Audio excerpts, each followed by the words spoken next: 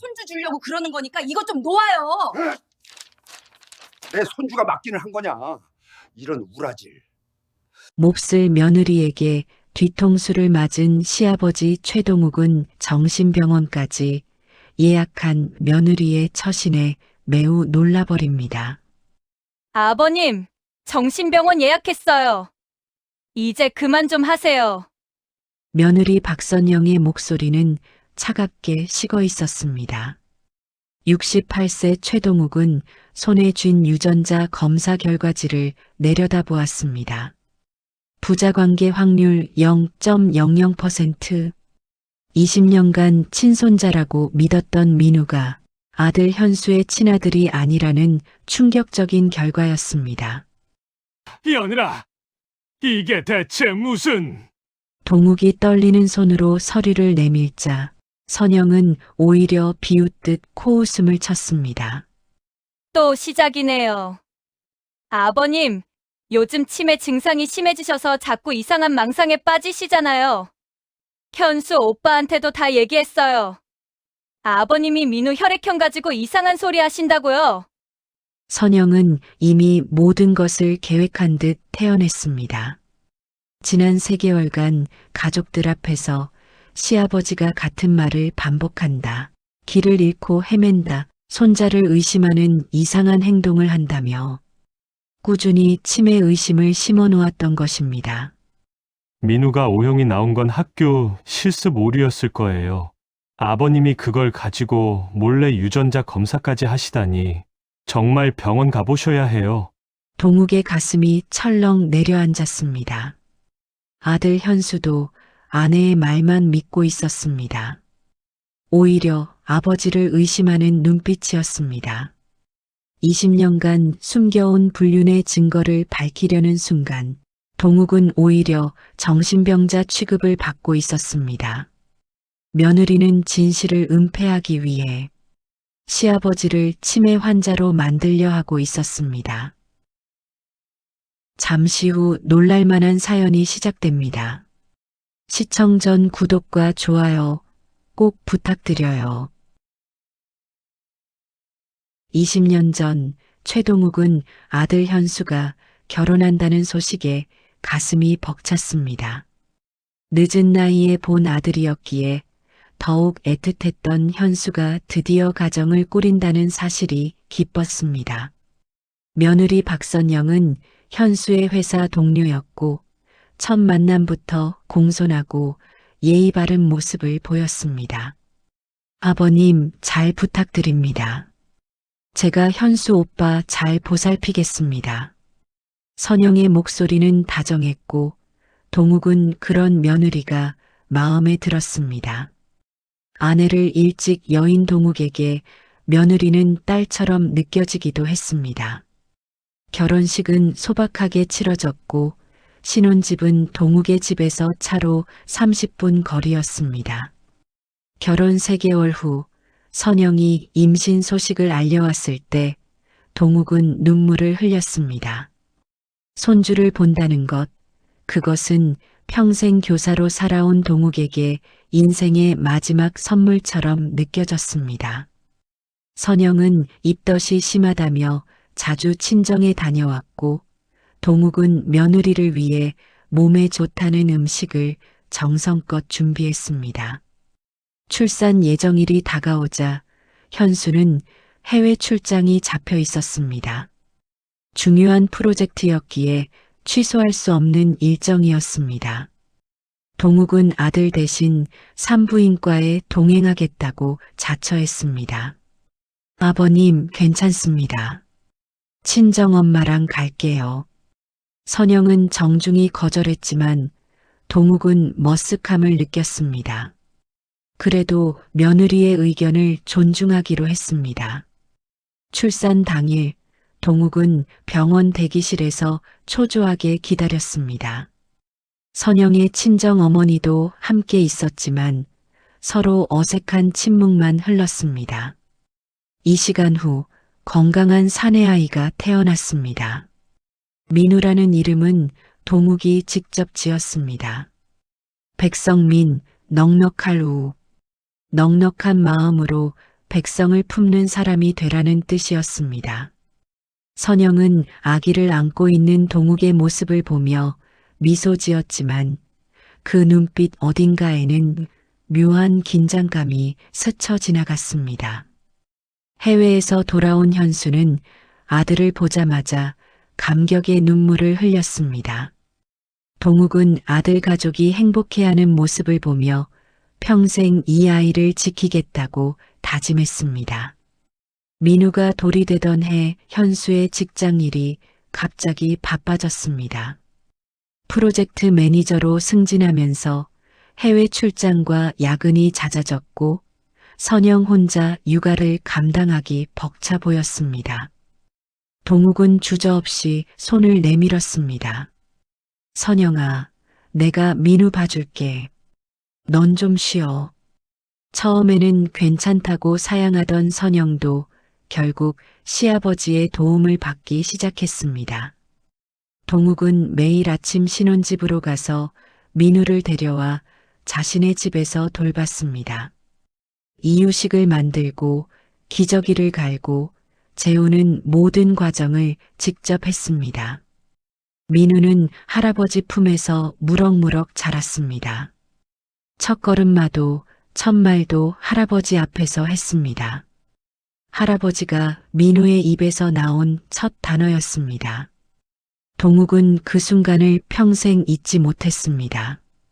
유치원에 들어갈 나이가 되자 동욱은 매일 아침 민우를 유치원에 데려다주고 오후에 데려왔습니다. 학부모 상담도 운동회도 발표회도 모두 할아버지의 몫이었습니다.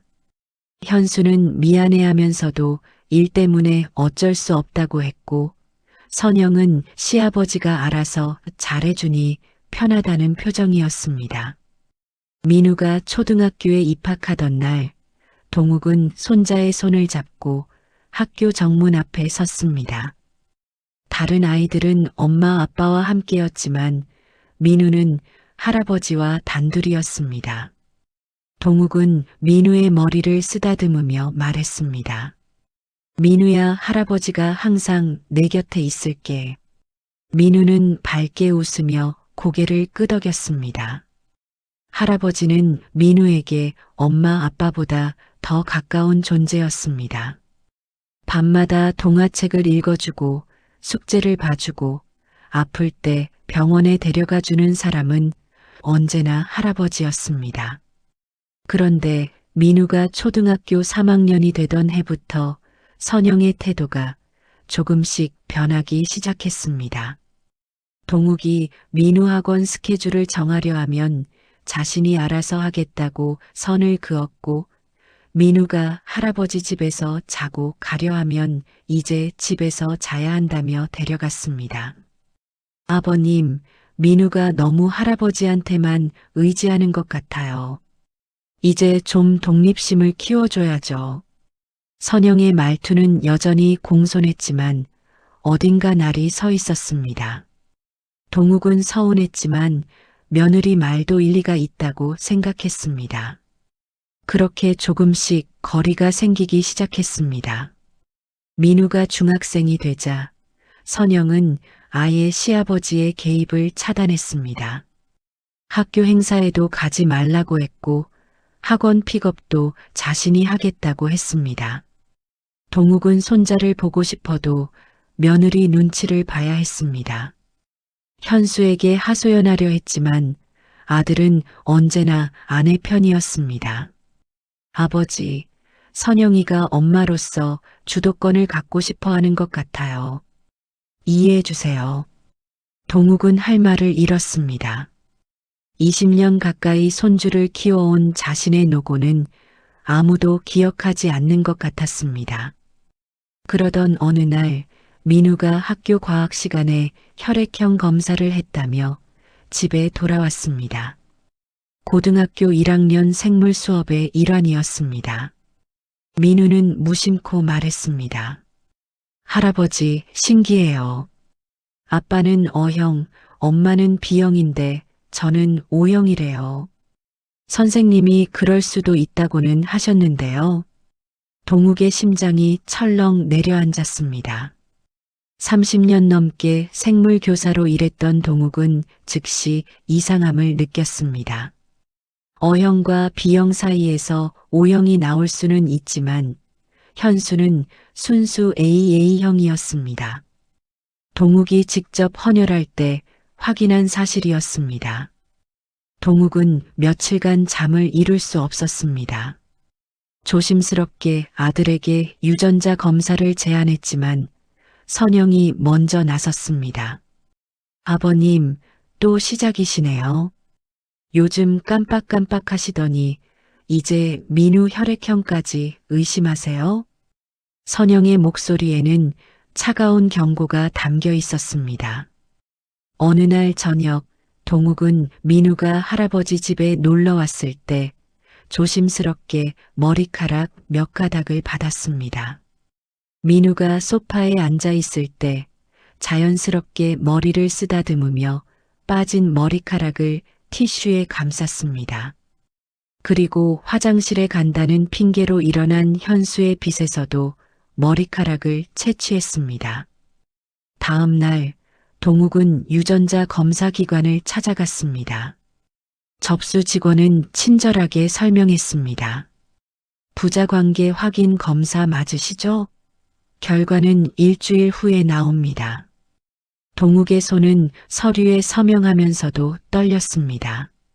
만약 정말로 혈연 관계가 아니라면 그동안 자신이 쌓아온 20년의 사랑은 무엇이 되는 걸까? 동욱은 스스로에게 물었지만 답을 찾을 수 없었습니다. 일주일은 지옥 같았습니다. 밤마다 악몽을 꿨고 식사도 제대로 하지 못했습니다.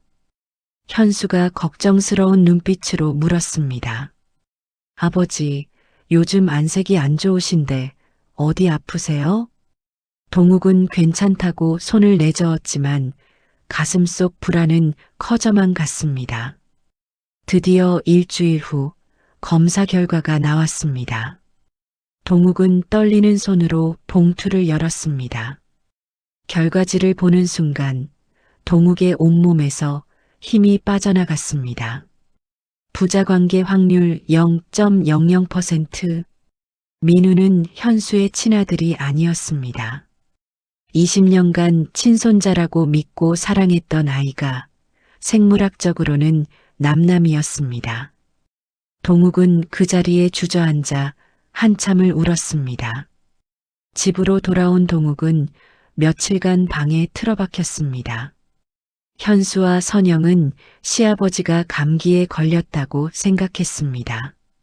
동욱은 머릿속으로 수없이 계산했습니다.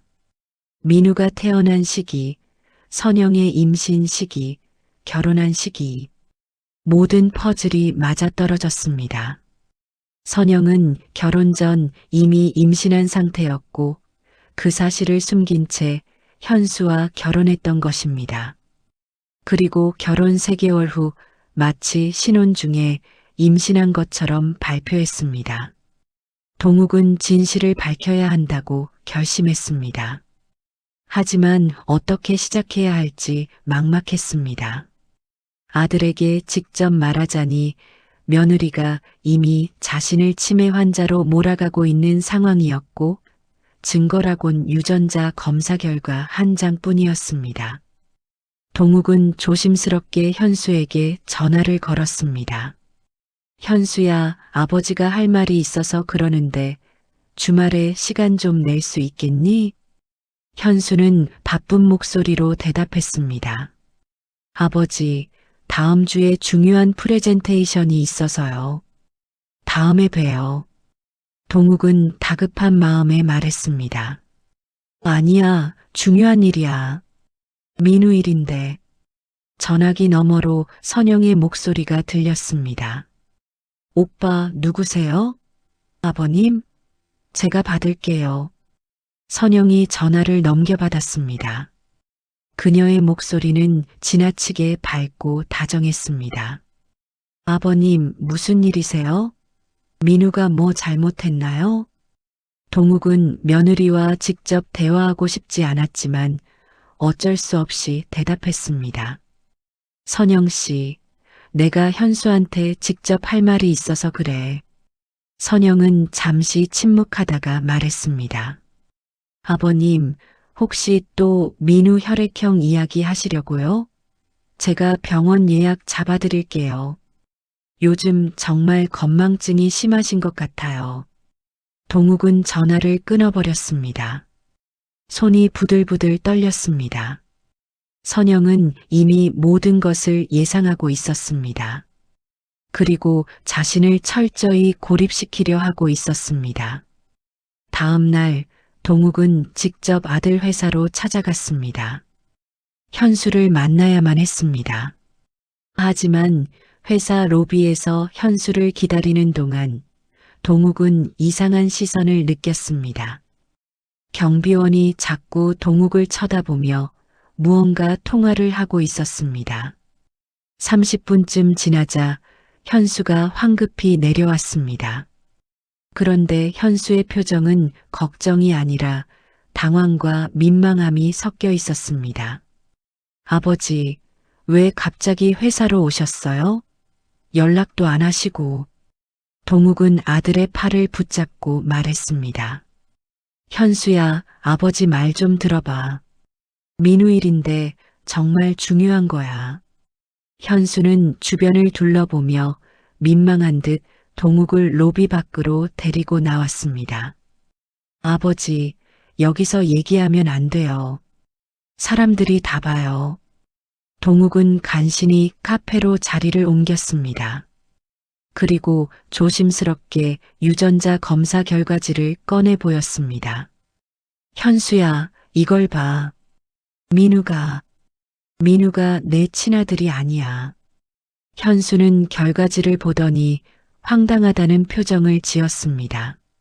아버지, 이게 대체 무슨 소리예요?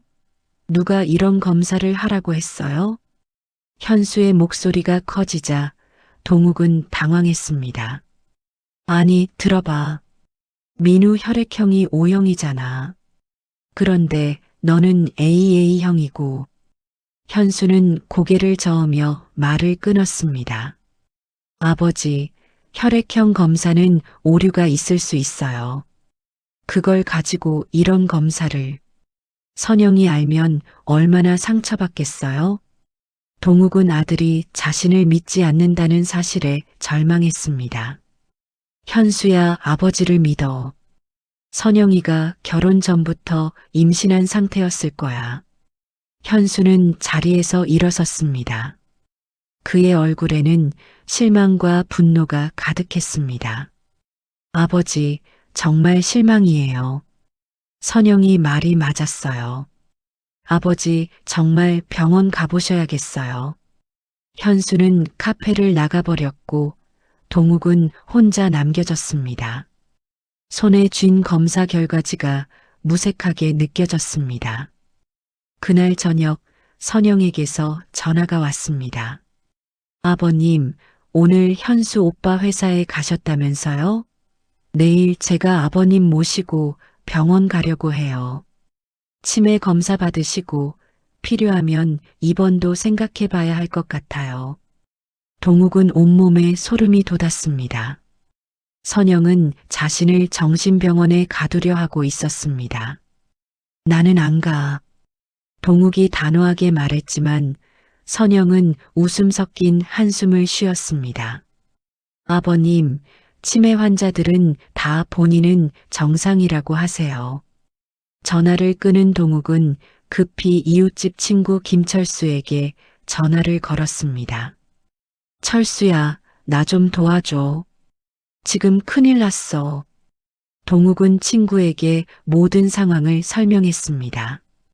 김철수는 변호사를 알아봐야 한다고 조언했습니다. 다음 날 아침 선영이 차를 몰고 동욱의 집 앞에 나타났습니다.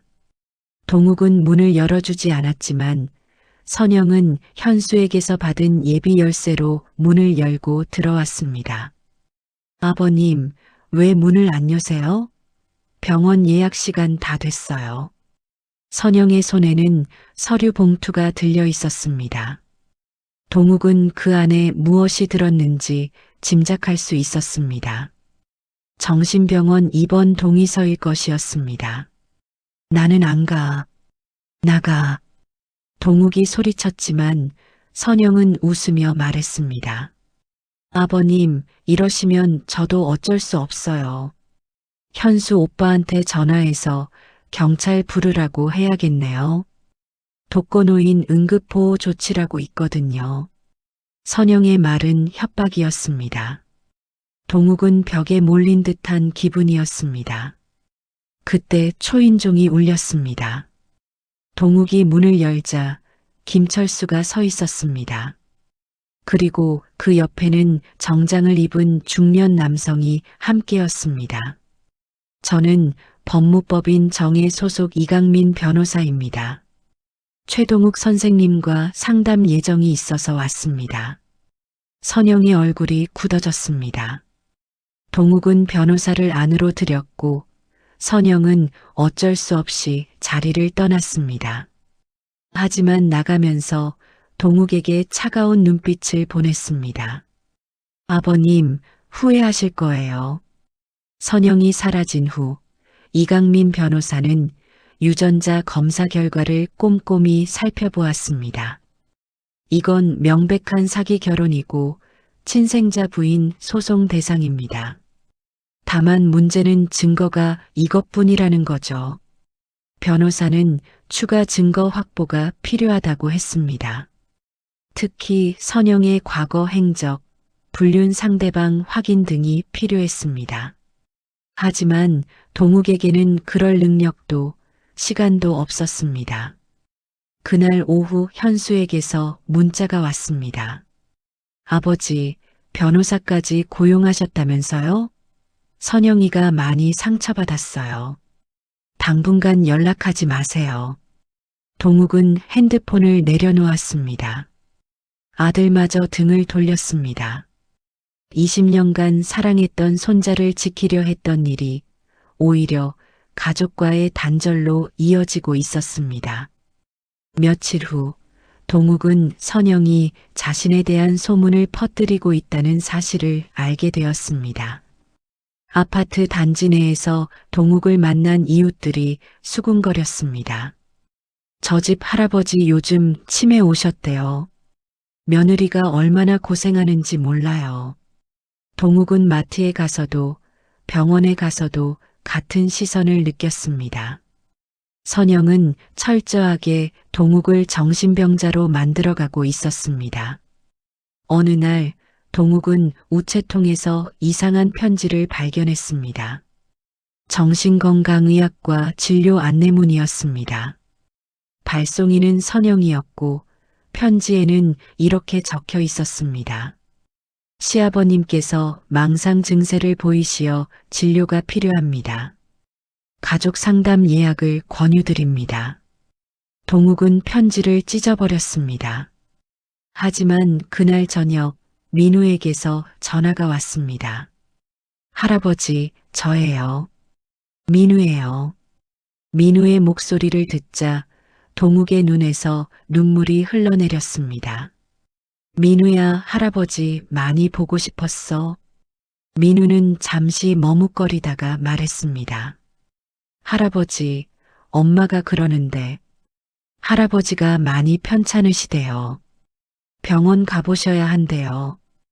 동욱의 가슴이 무너져 내렸습니다. 선영은 이제 민우까지 이용하고 있었습니다. 20년 동안 함께 키워온 손자마저 할아버지를 의심하게 만들고 있었습니다. 동욱은 민우에게 진실을 말하고 싶었지만 아이에게 이런 충격적인 사실을 알릴 수는 없었습니다.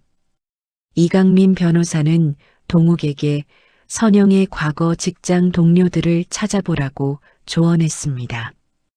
20년 전 선영이 현수와 결혼하기 전 다니던 회사, 그곳에 단서가 있을 거라는 판단이었습니다. 동욱은 현수에게 물어볼 수 없었기에 오래된 결혼식 사진첩을 뒤졌습니다. 결혼식 하객 명단에 선영의 회사 동료 이름 몇 개가 적혀 있었습니다. 그중 한 명인 정미라는 이름 옆에 전화번호가 희미하게 남아 있었습니다. 동욱은 떨리는 손으로 전화를 걸었습니다. 몇 번의 신호음 후 여성의 목소리가 들렸습니다. 여보세요? 정미라 씨 맞으십니까? 저는 박선영 씨 시아버지 최동욱이라고 합니다. 전화기 너머로 잠시 침묵이 흘렀습니다. 아, 선영이 시아버님이요? 무슨 일이세요? 정미라의 목소리에는 경계심이 묻어났습니다. 동욱은 최대한 침착하게 말했습니다. 실은 선영 씨 결혼 전 일에 대해 여쭤보고 싶은 게 있어서요. 혹시 시간 내주실 수 있으실까요? 정미라는 한참을 망설이다가 대답했습니다. 제가 왜 그런 얘기를 해야 하는지 모르겠는데요. 20년도 더 된 일인데. 동욱은 간절한 목소리로 말했습니다. 부탁입니다. 제 손자 일입니다. 꼭 만나 뵙고 싶습니다. 결국 정미라는 만나기로 했습니다. 다음 날 오후 강남의 한 카페에서 만나기로 약속이 잡혔습니다. 약속 장소에 나간 동욱은 긴장한 얼굴로 정미라를 기다렸습니다. 30분쯤 지나자 40대 중반으로 보이는 여성이 카페로 들어왔습니다. 최동욱 선생님이시죠? 저 정미라예요. 두 사람은 자리에 앉았고 동욱은 조심스럽게 이야기를 꺼냈습니다. 선영 씨가 결혼하기 전에 다른 남자와 사귄 적 있었나요? 정미라의 표정이 굳어졌습니다. 그녀는 커피잔을 들었다 놓으며 말했습니다. 왜 갑자기 그런 걸 물으시는 거예요? 동욱은 유전자 검사 결과를 꺼내 보였습니다. 정미라는 결과지를 보더니 눈을 크게 떴습니다. 이게 정말이에요? 동욱은 고개를 끄덕였습니다. 정미라는 한숨을 길게 내쉬었습니다. 역시 그랬군요. 사실 저도 이상하다고 생각했었어요. 선영이가 갑자기 결혼한다고 했을 때 정미라는 20년 전 이야기를 꺼내기 시작했습니다. 당시 선영은 회사 선배인 강태수와 비밀리에 사귀고 있었습니다. 강태수는 이미 결혼한 유부남이었고 선영과의 관계는 불륜이었습니다. 선영이가 그 사람을 정말 사랑했어요. 근데 강태수는 이혼할 생각이 없었죠. 선영이가 임신했다고 했을 때 강태수는 아이를 지우라고 했어요. 동욱의 주먹이 떨렸습니다. 그런데 선영이는 아이를 지우지 않았어요. 대신 현수 씨와 만나기 시작했죠. 임신 2개월쯤 되었을 때 현수 씨에게 적극적으로 다가갔고 2달 만에 결혼을 결정했어요. 현수 씨는 전혀 몰랐죠. 동욱은 분노로 몸이 떨렸습니다. 그 강태수라는 사람 지금 어디 있습니까? 정미라는 잘 모르겠다고 했지만 강태수의 풀네임과 당시 직급, 부서 등을 알려주었습니다. 정미라와 헤어진 후 동욱은 이강민 변호사에게 연락했습니다.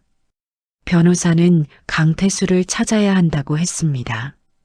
만약 그가 민우의 생물학적 아버지라면 DNA 검사로 확실한 증거를 확보할 수 있었습니다. 동욱은 사설 탐정을 고용했습니다. 평생 모은 돈을 쓰면서까지 진실을 밝혀야 했습니다. 탐정은 일주일 안에 강태수의 소재를 파악하겠다고 약속했습니다.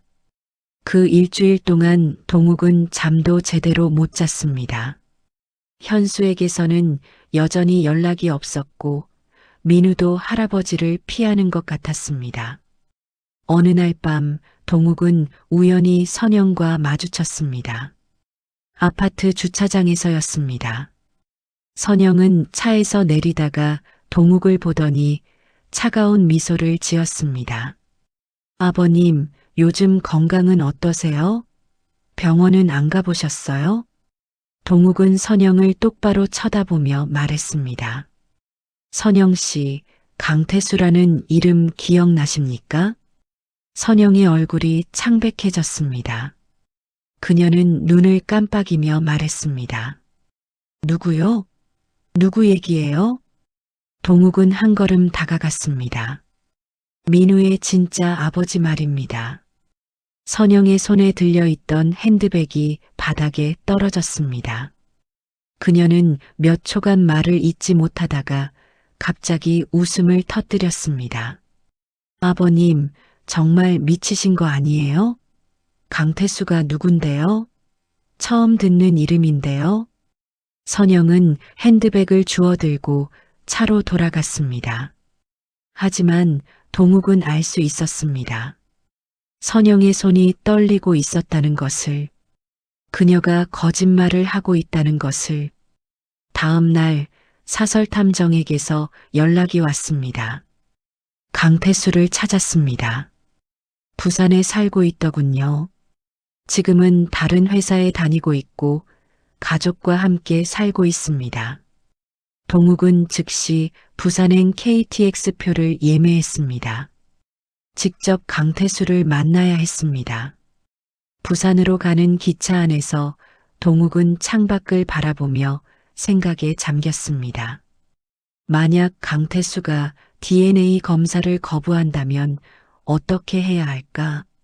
만약 그가 진실을 부인한다면 어떻게 해야 할까? 부산역에 도착한 동욱은 탐정이 알려준 주소로 택시를 탔습니다.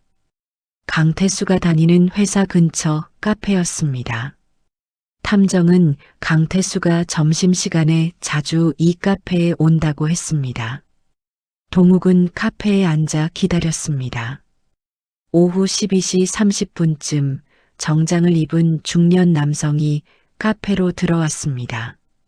사진으로 확인한 바로 그 사람 강태수였습니다. 동욱은 일어나서 강태수에게 다가갔습니다.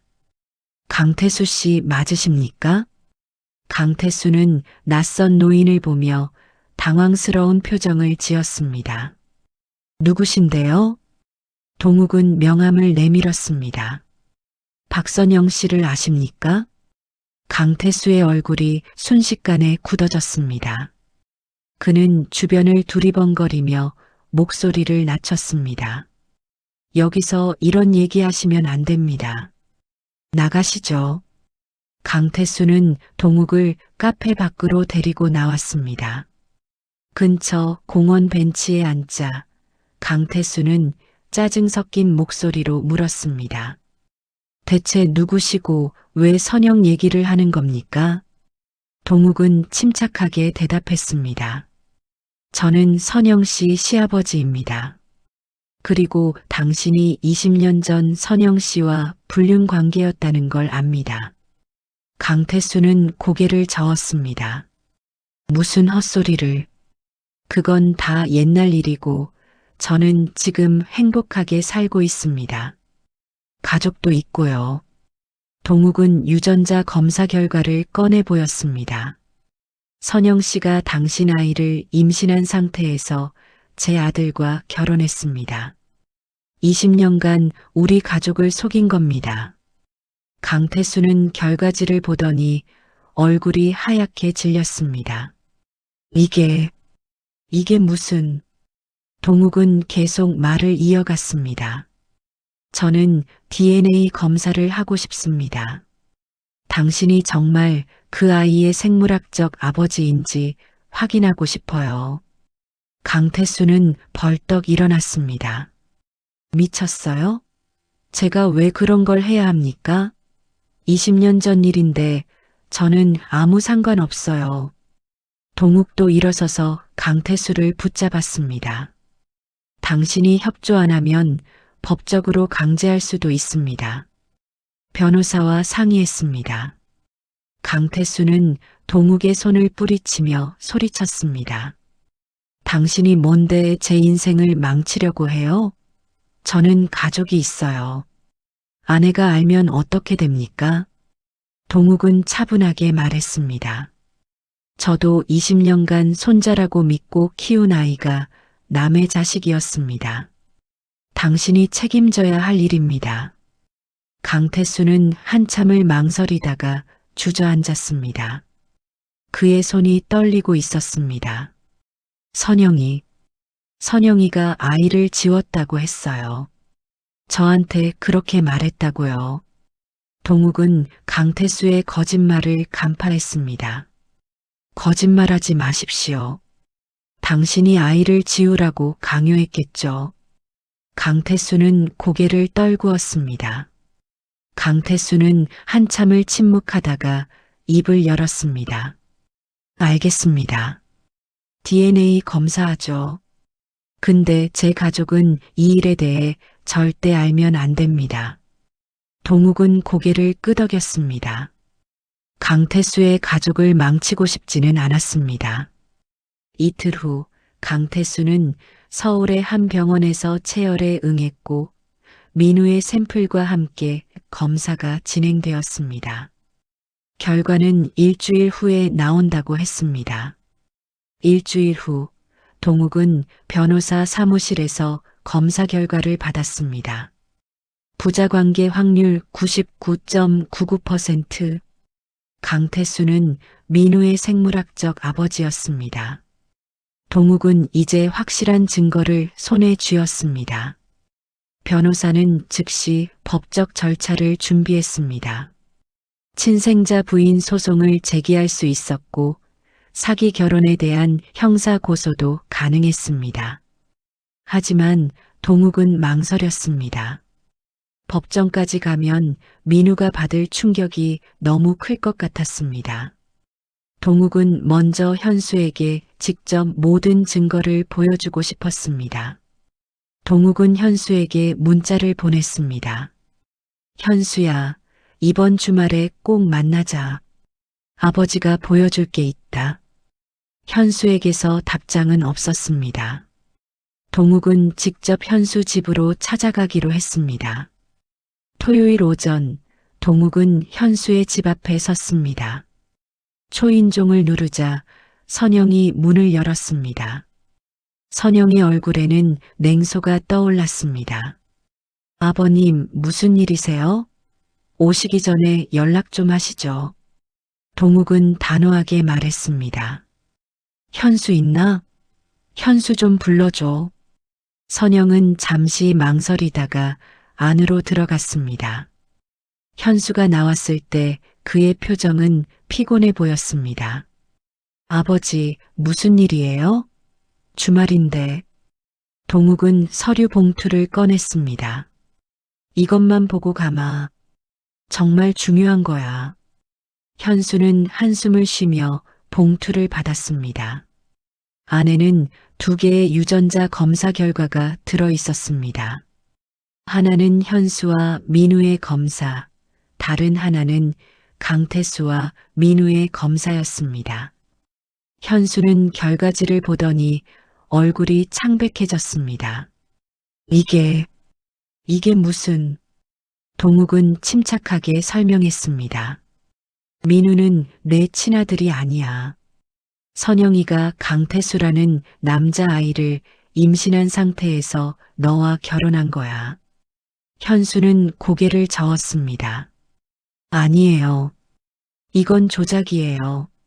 아버지가 만든 거잖아요. 그때 선영이 나타났습니다. 그녀는 현수의 어깨에 손을 올리며 말했습니다. 오빠, 아버님 말씀 듣지 마. 아버님이 요즘 정말 이상하셔. 병원 가보셔야 한다니까. 동욱은 선영을 똑바로 쳐다보며 말했습니다. 선영 씨, 강태수를 만나고 왔어요. 그 사람도 DNA 검사했습니다. 99.99% 일치해요. 선영의 얼굴이 굳어졌습니다. 그녀는 입술을 깨물며 뒤로 물러섰습니다. 현수는 아내를 쳐다보았습니다. 선영아, 이게 사실이야? 선영은 고개를 저었습니다. 아니에요. 오빠, 그 사람들이 다 거짓말하는 거예요. 저를 모함하려는 거라고요. 동욱은 휴대폰을 꺼내 정미라와의 녹음 파일을 재생했습니다. 정미라가 20년 전 이야기를 증언하는 목소리가 흘러나왔습니다. 선영이가 그 사람을 정말 사랑했어요. 임신했을 때 강태수는 아이를 지우라고 했고, 선영은 녹음을 듣더니 갑자기 소리를 질렀습니다. 그만해요. 그만하라고요. 그녀는 동욱에게 달려들어 휴대폰을 빼앗으려 했습니다. 현수가 선영을 붙잡았습니다. 선영아, 진정해. 설명 좀 해봐. 선영은 현수의 손을 뿌리치며 울기 시작했습니다. 오빠 미안해요. 정말 미안해요. 하지만 저도 어쩔 수 없었어요. 현수는 한 걸음 뒤로 물러섰습니다. 그의 눈에서 눈물이 흘러내렸습니다. 그럼 정말이구나. 민우가 내 아들이 아니라는 게. 선영은 바닥에 주저앉았습니다. 오빠, 그때 저는 정말 절박했어요. 강태수가 저를 버렸고 아이를 혼자 키울 수 없었어요. 오빠가 저를 좋아한다는 걸 알았어요. 그래서 현수는 선영의 말을 끊었습니다. 그래서 나를 이용한 거지. 20년 동안 거짓말한 거고. 선영은 현수의 바지를 붙잡으며 애원했습니다. 오빠, 제발이요. 민우 생각해서라도. 우리 이혼하면 안 돼요. 하지만 현수는 선영의 손을 떼어냈습니다. 그의 눈빛은 차갑게 식어 있었습니다. 당장 짐 싸. 오늘 안으로 이 집에서 나가. 선영은 울부짖었지만 현수는 돌아서 버렸습니다. 동욱은 아들의 어깨를 안았습니다. 현수야, 미안하다. 아버지가 진작 알았어야 했는데. 현수는 고개를 저었습니다. 아니에요, 아버지. 아버지가 밝혀주신 거예요. 20년 더 속고 살 뻔했어요. 그때 민우가 방에서 나왔습니다. 민우는 거실에서 벌어진 일을 다 듣고 있었습니다. 아빠, 할아버지, 이게 무슨 일이에요? 민우의 목소리는 떨리고 있었습니다. 현수는 민우를 안으려 했지만 민우는 뒤로 물러섰습니다. 아빠가, 진짜 아빠가 아니라고요? 동욱은 민우에게 다가갔습니다. 민우야, 할아버지가 설명해 줄게. 앉자. 민우는 소파에 앉았고 동욱은 차분히 모든 것을 설명했습니다. 민우는 설명을 듣는 내내 눈물을 흘렸습니다. 그럼 저는 누구예요? 저는 누구 아들이에요? 현수가 민우의 손을 잡았습니다. 민우야, 넌 내 아들이야. 혈연은 아니지만 아빠는 널 20년간 키웠어. 그건 변하지 않아. 하지만 민우는 고개를 저었습니다. 거짓말이잖아요. 다 거짓말이었잖아요. 민우는 방으로 뛰어들어가 문을 잠가버렸습니다. 동욱은 민우의 방문 앞에 서서 말했습니다. 민우야, 할아버지야. 문 좀 열어줘. 하지만 안에서는 아무 대답이 없었습니다. 다만 민우의 흐느끼는 소리만 들릴 뿐이었습니다. 선영은 침실로 들어가 짐을 쌌습니다. 1시간 후 그녀는 캐리어를 끌고 나왔습니다. 현수는 선영을 쳐다보지도 않았습니다. 선영은 문 앞에서 잠시 멈춰 섰습니다. 민우만이라도 제가 키우면 안 될까요? 현수는 차갑게 대답했습니다.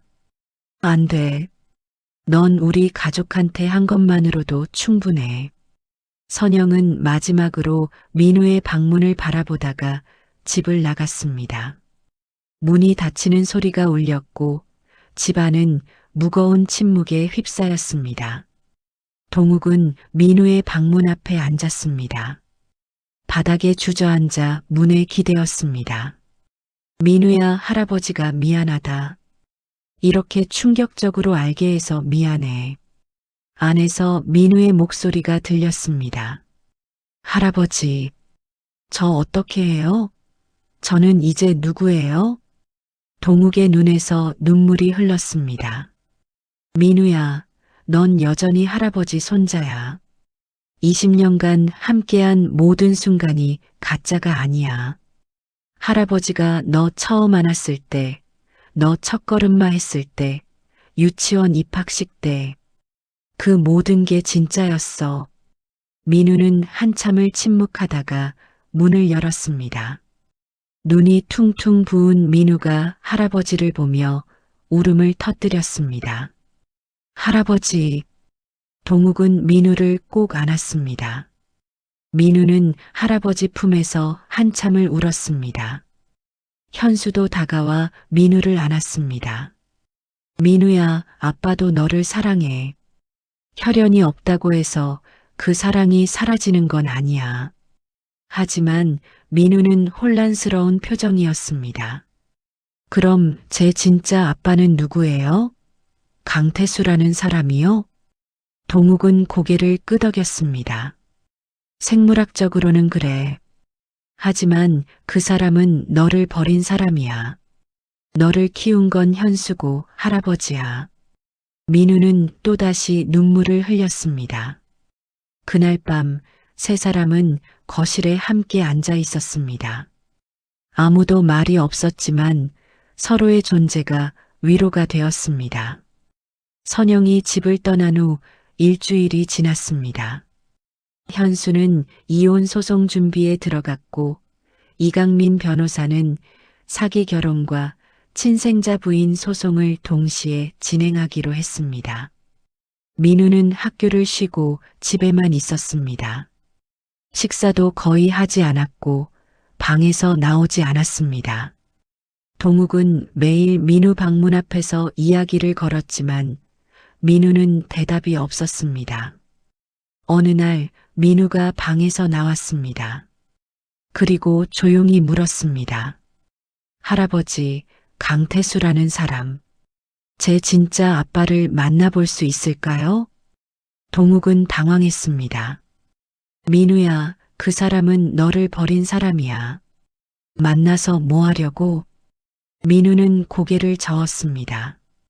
그래도 저는 알고 싶어요. 제가 누구인지, 어디서 왔는지.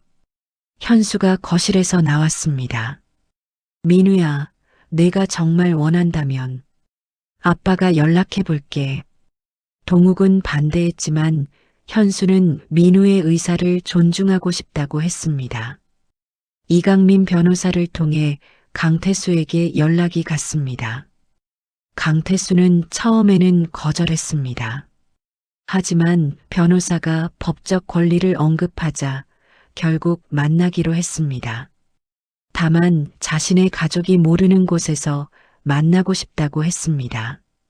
일주일 후 서울 시내의 한 조용한 카페에서 만남이 성사되었습니다. 동욱과 현수, 민우가 함께 갔습니다. 카페에 도착하자 강태수는 이미 와 있었습니다. 그는 민우를 보자 잠시 표정이 굳어졌습니다. 민우는 강태수를 물끄러미 쳐다보았습니다. 내가 민우구나. 강태수의 목소리는 떨리고 있었습니다. 민우는 고개를 끄덕였습니다. 당신이 제 생물학적 아버지라면서요? 강태수는 잠시 침묵하다가 대답했습니다. 그런 것 같구나. DNA 검사 결과가 그렇게 나왔어. 민우는 강태수를 쳐다보며 물었습니다. 왜 저를 버렸어요? 엄마가 임신했을 때 왜 책임지지 않았어요? 강태수는 얼굴이 붉어졌습니다. 나는 그때 이미 결혼한 상태였어. 너희 엄마와는 잘못된 관계였지. 민우의 눈에서 눈물이 흘렀습니다. 그럼 저는 잘못된 관계에서 태어난 아이라는 거네요. 애초에 태어나지 말았어야 할. 현수가 민우의 어깨를 붙잡았습니다. 민우야, 그렇게 생각하지 마. 하지만 민우는 현수의 손을 뿌리쳤습니다. 아빠도 제 진짜 아빠가 아니잖아요. 다들 거짓말쟁이에요. 민우는 카페를 뛰쳐나갔습니다. 동욱이 급히 뒤따라갔습니다. 민우야, 잠깐만. 동욱은 카페 밖에서 민우를 붙잡았습니다. 민우는 할아버지 품에서 울음을 터뜨렸습니다. 할아버지, 저는 이제 어떻게 해요? 저는 누구예요? 동욱은 민우를 꼭 안으며 말했습니다. 민우야, 넌 민우야. 할아버지 손자 민우. 그게 다야. 누가 낳았든, 피가 섞였든 안 섞였든, 넌 할아버지한테 가장 소중한 손자야. 민우는 한참을 울다가 진정했습니다. 동욱은 민우의 등을 토닥이며 계속 말했습니다. 할아버지가 너 처음 안았을 때 기억나니? 아니, 내가 기억 못하겠지. 하지만 할아버지는 기억해. 그때 할아버지가 다짐했어. 이 아이를 평생 지키겠다고. 그 마음은 지금도 변하지 않았어. 민우는 고개를 들어 할아버지를 쳐다보았습니다. 정말요? 제가 할아버지 손자 아니어도요? 동욱은 웃으며 민우의 머리를 쓰다듬었습니다. 바보야. 혈연이 뭐가 중요하니? 20년간 함께 산 게 중요하지. 카페 안에서는 현수와 강태수가 대치하고 있었습니다. 현수는 강태수를 쳐다보며 말했습니다. 당신 때문에 우리 가족이 망가졌어요. 강태수는 고개를 숙였습니다. 미안합니다. 정말 미안해요. 하지만 저도 당했어요. 선영이가 아이를 지웠다고 했거든요. 현수는 비웃었습니다. 변명하지 마세요. 당신이 책임졌어야 할 일을 선영이 혼자 떠안았고, 그래서 저를 속인 거잖아요. 강태수는 할 말이 없었습니다. 현수는 자리에서 일어났습니다. 다시는 민우 앞에 나타나지 마세요. 법적으로도 당신은 민우 아버지가 아니에요. 제가 그렇게 만들 거예요. 현수는 카페를 나갔고 강태수는 혼자 남겨졌습니다. 그날 밤 동욱의 집에서 세 사람은 함께 저녁을 먹었습니다. 오랜만에 민우가 밥을 먹는 모습을 보며 동욱은 안도했습니다. 식사 후 민우가 조용히 말했습니다. 할아버지, 아빠, 저 이제 괜찮을 것 같아요. 현수는 민우를 안았습니다. 민우야, 아빠는 내가 누구 아들이든 상관없어. 넌 아빠 아들이야. 20년간 그랬고 앞으로도 그럴 거야. 민우는 눈물을 흘리며 고개를 끄덕였습니다. 며칠 후 이강민 변호사로부터 연락이 왔습니다. 선영이 이혼 소송에 응하기로 했다는 내용이었습니다.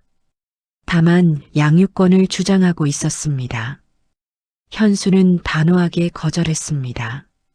민우는 제가 키웁니다. 선영에게는 어떤 권리도 주지 않을 겁니다.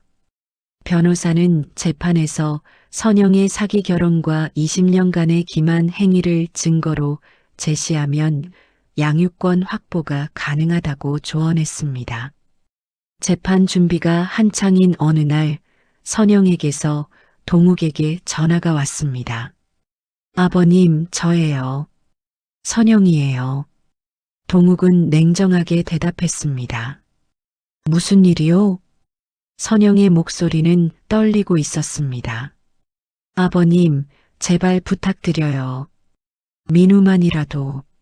민우만이라도 제가 만날 수 있게 해주세요. 동욱은 단호하게 말했습니다. 안 됩니다. 당신이 민우한테 한 짓을 생각해 보세요. 20년간 거짓말로 키운 거예요. 선영은 울먹이며 말했습니다. 저도 민우를 사랑했어요. 제 아들이에요. 동욱은 전화를 끊어버렸습니다. 선영의 말을 더 이상 듣고 싶지 않았습니다.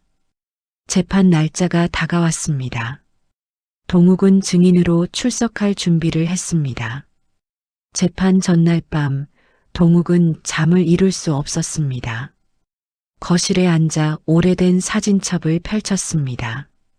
민우의 돌잔치, 유치원 졸업, 초등학교 운동회, 모든 사진 속에 동욱이 함께 있었습니다.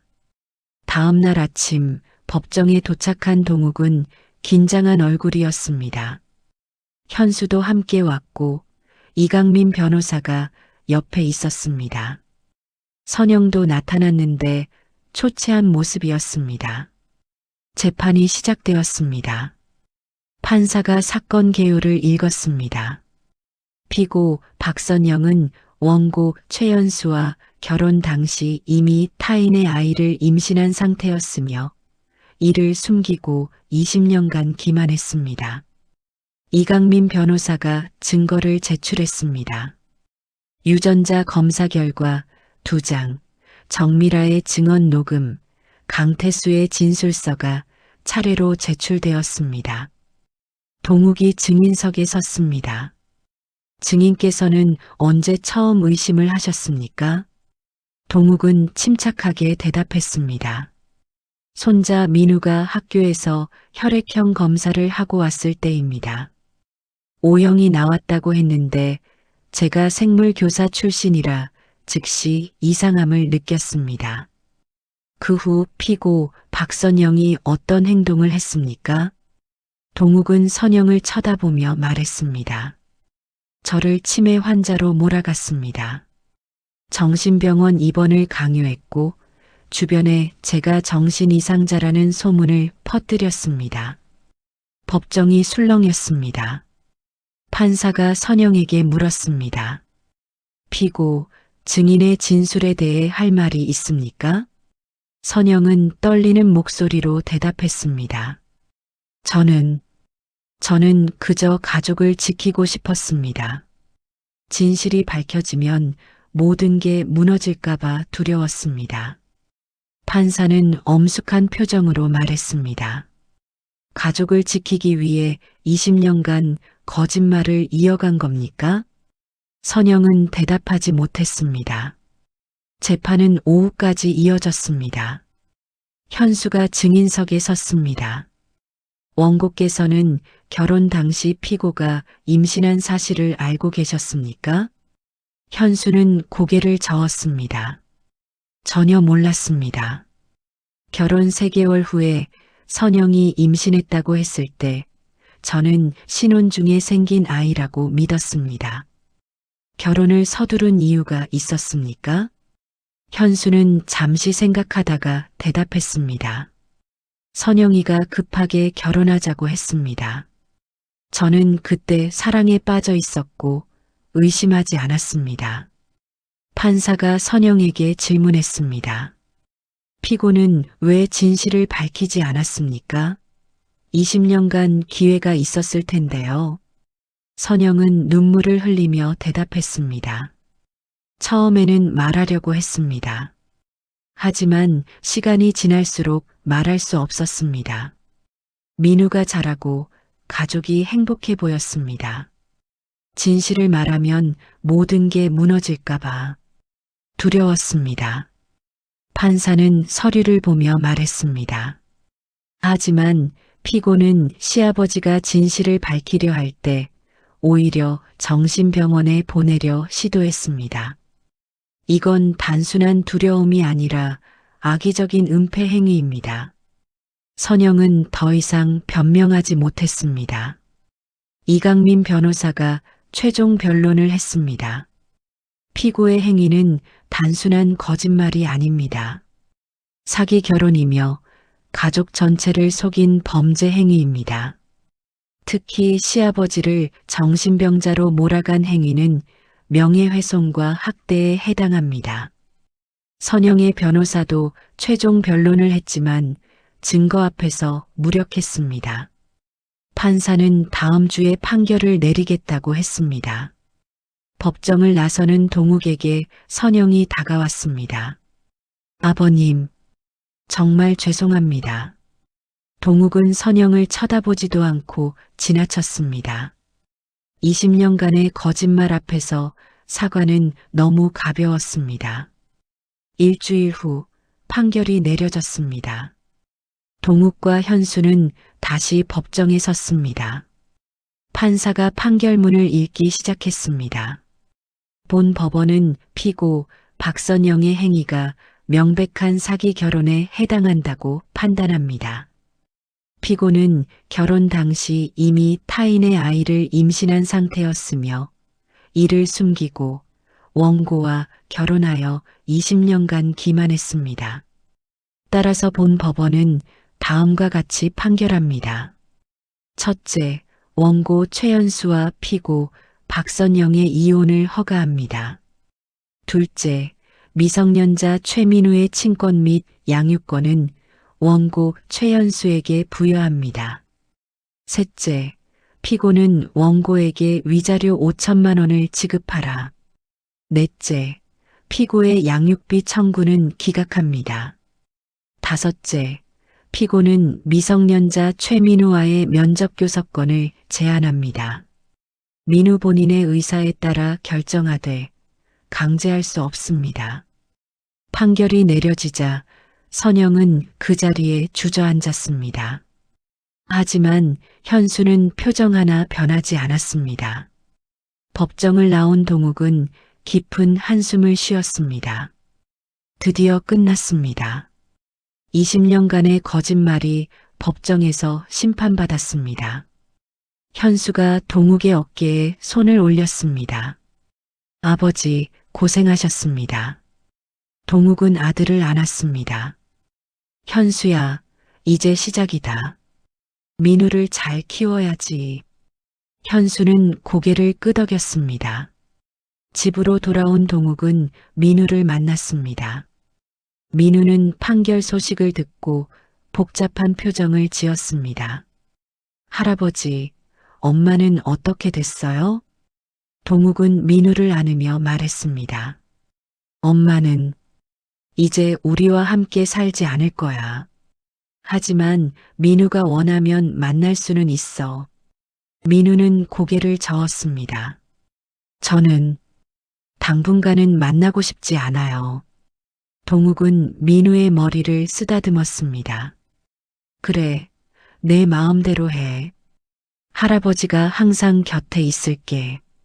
며칠 후 동욱은 선영에게서 편지를 받았습니다. 편지에는 이렇게 적혀 있었습니다. 아버님께 정말 죄송합니다. 변명의 여지가 없습니다. 저는 20년간 거짓말로 살았고 그 대가를 치르고 있습니다. 다만 한 가지만 믿어주세요. 민우를 향한 제 사랑만큼은 진심이었습니다. 비록 강태수의 아이로 시작했지만 민우를 키우면서 진짜 제 아들로 사랑했습니다. 아버님의 용서를 바라지 않습니다. 다만 언젠가 민우가 저를 용서해 주기를 바랄 뿐입니다. 박선영 올림. 동욱은 편지를 읽고 나서 찢어버렸습니다. 선영의 사랑이 진심이었는지는 중요하지 않았습니다. 20년간의 거짓말이 모든 것을 덮어버렸으니까요. 한 달 후 민우는 다시 학교에 다니기 시작했습니다. 처음에는 힘들어했지만 점점 일상으로 돌아왔습니다. 동욱은 여전히 민우를 챙겼습니다. 아침마다 아침밥을 챙겨주고 학교 행사에 참석했습니다. 혈연이 없어도 20년간 쌓아온 정은 변하지 않았습니다. 어느 날 민우가 동욱에게 물었습니다. 할아버지, 저 강태수 아저씨 다시 만나봐도 될까요? 동욱은 놀랐습니다. 왜 갑자기? 민우는 잠시 망설이다가 말했습니다. 저도 잘 모르겠어요. 그냥 궁금해요. 제 생물학적 아버지가 어떤 사람인지. 동욱은 한참을 생각하다가 대답했습니다. 내가 정말 원한다면 할아버지가 연락해 볼게. 민우는 고개를 끄덕였습니다. 하지만 할아버지, 제 진짜 할아버지는 할아버지예요.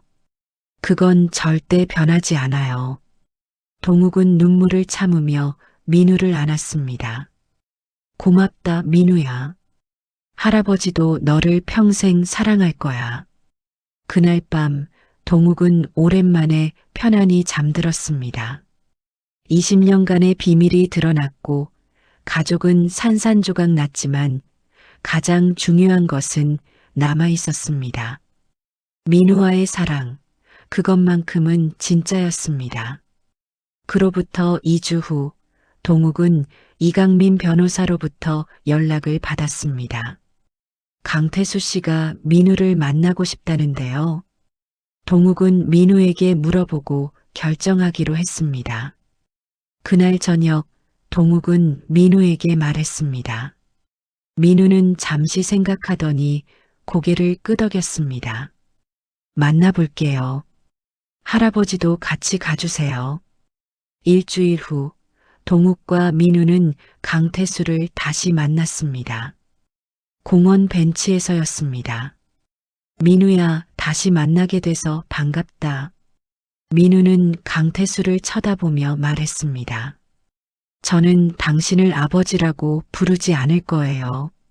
제 아버지는 최연수예요. 강태수는 고개를 끄덕였습니다. 왜요? 20년 동안 저를 버렸으면서 왜 이제 와서 보고 싶은 거예요? 강태수는 얼굴이 붉어졌습니다. 미안하다. 정말 미안해. 나는 겁쟁이였어. 책임을 회피했지. 민우는 담담하게 말했습니다. 저는 당신을 용서할 생각 없어요. 하지만 궁금하긴 해요. 제가 어디서 왔는지. 강태수는 민우에게 자신의 이야기를 들려주었습니다. 어떻게 선영을 만났는지, 왜 책임지지 못했는지. 나는 지금도 후회해. 내가 어떻게 자랐는지 궁금했어. 민우는 담담하게 대답했습니다. 저는 할아버지와 아빠 덕분에 잘 자랐어요. 강태수는 숙연한 표정으로 고개를 끄덕였습니다. 민우야, 마지막으로 한마디만 할게. 너를 버린 건 내 인생 최대의 실수였어. 미안하다.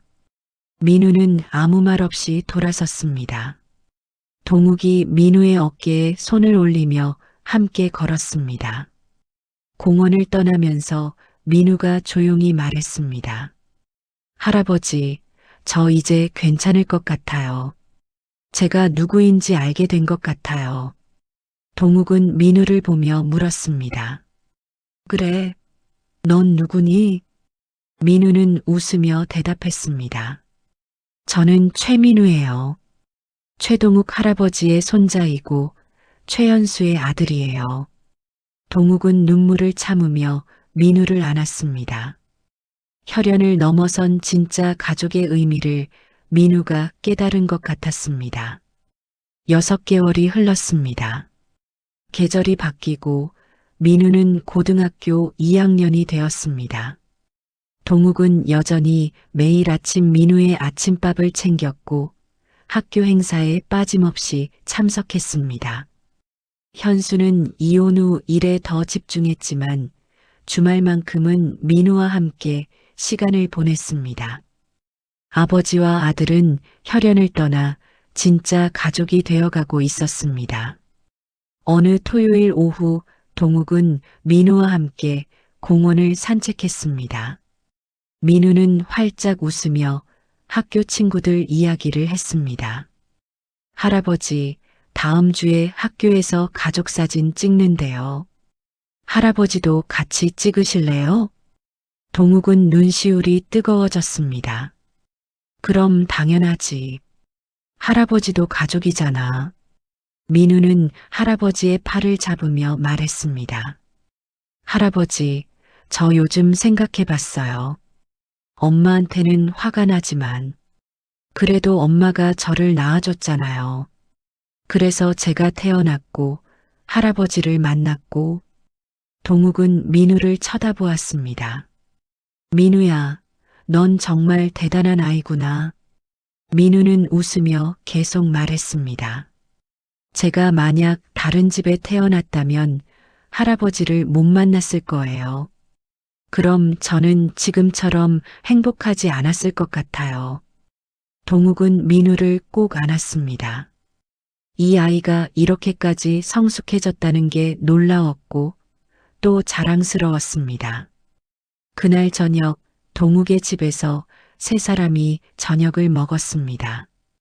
현수가 요리를 하고 동욱이 상을 차렸고 민우가 설거지를 맡았습니다. 평범한 가족의 일상이었습니다. 식사 후 현수가 조심스럽게 말을 꺼냈습니다. 아버지, 민우야. 사실 할 얘기가 있어요. 두 사람은 현수를 쳐다보았습니다. 회사에서 저한테 좋은 자리를 제안했어요. 근데 미국 지사로 가야 해요. 동욱의 표정이 굳어졌습니다. 그럼 너희가 미국으로 가는 거니? 현수는 고개를 저었습니다. 아니에요. 제가 거절했어요. 민우 생각하니까 또 가족과 떨어져 지낼 수는 없더라고요. 민우가 말했습니다. 아빠, 괜찮아요. 가고 싶으시면 가세요. 저는 할아버지랑 있을게요. 하지만 현수는 단호하게 말했습니다. 아니야. 아빠는 이제 너랑 떨어지지 않을 거야. 20년간 일 때문에 너랑 시간을 못 보냈잖아. 이제는 아빠가 옆에 있을 거야. 동욱은 아들을 보며 미소 지었습니다. 현수도 변했습니다. 진짜 아버지가 되어가고 있었습니다. 며칠 후 동욱은 우편함에서 편지 한 통을 발견했습니다. 발신인은 박선영이었습니다. 동욱은 편지를 뜯어보았습니다. 아버님께 오랜만입니다. 어떻게 지내시는지 궁금합니다.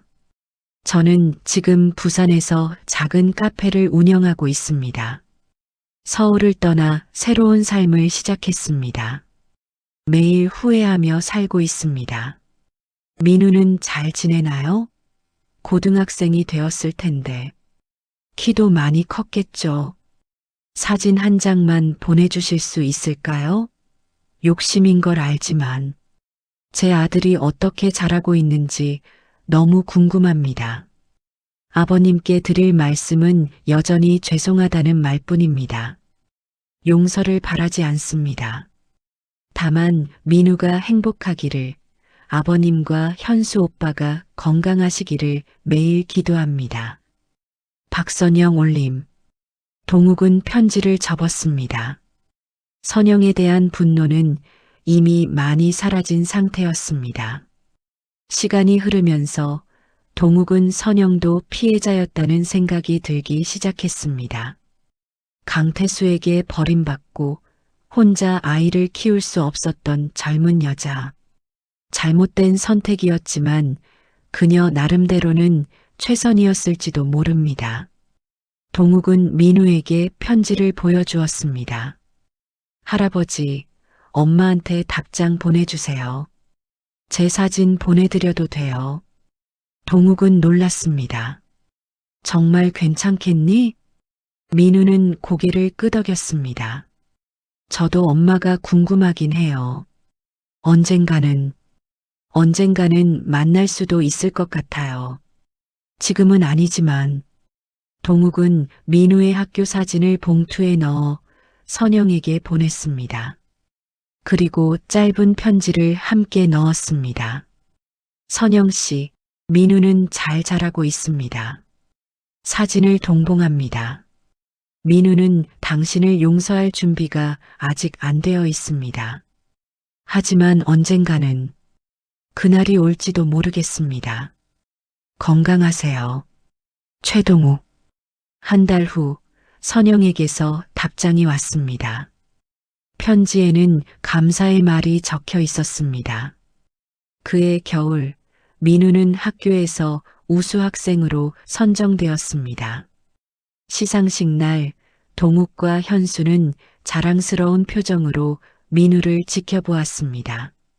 상을 받고 내려온 민우는 할아버지와 아빠를 안았습니다. 할아버지, 아빠 사랑해요.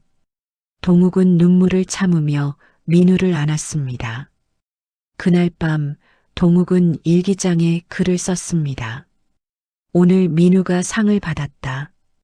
20년 전 처음 민우를 안았을 때가 생각난다. 혈연은 중요하지 않았다. 함께한 시간, 나눈 사랑, 그것이 진짜 가족을 만든다. 민우는 내 손자다. 20년간 숨겨진 진실 때문에 우리 가족은 큰 상처를 입었다. 하지만 우리는 이겨냈다. 그리고 더 강한 가족이 되었다. 이것이 우리의 이야기다. 거짓으로 시작했지만 진실한 사랑으로 이어진 이야기.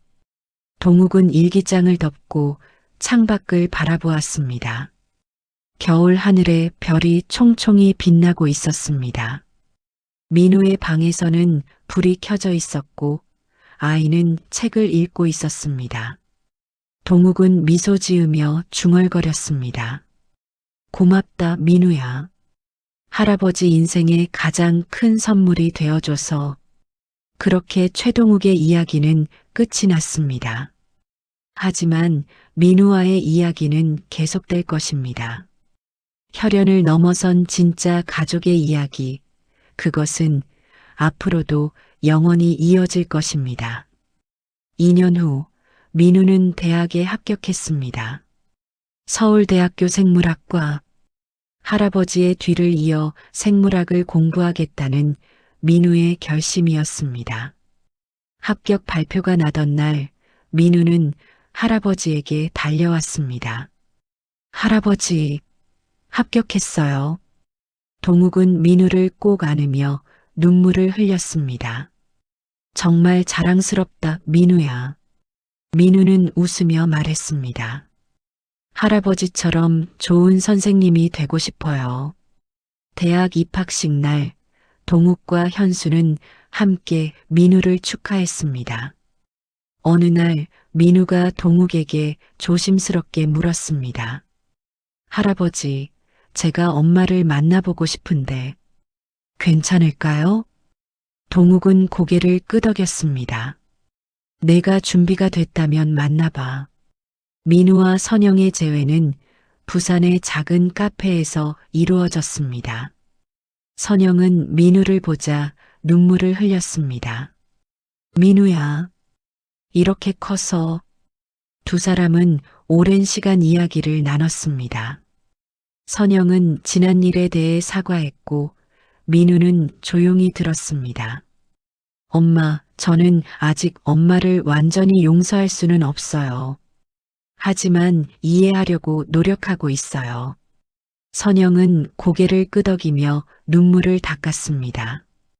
고마워, 민우야. 그것만으로도 충분해. 카페를 나서며 민우는 동욱에게 말했습니다. 할아버지, 엄마를 만나고 나니까 마음이 한결 가벼워진 것 같아요. 동욱은 민우의 어깨를 두드렸습니다. 잘했어, 민우야. 그날 밤 동욱은 침대에 누워 천장을 바라보았습니다. 70세가 넘은 나이에 이런 일을 겪을 줄은 상상도 못했습니다. 하지만 후회는 없었습니다. 20년 전 처음 민우를 안았을 때의 그 따뜻함이 아직도 생생했습니다.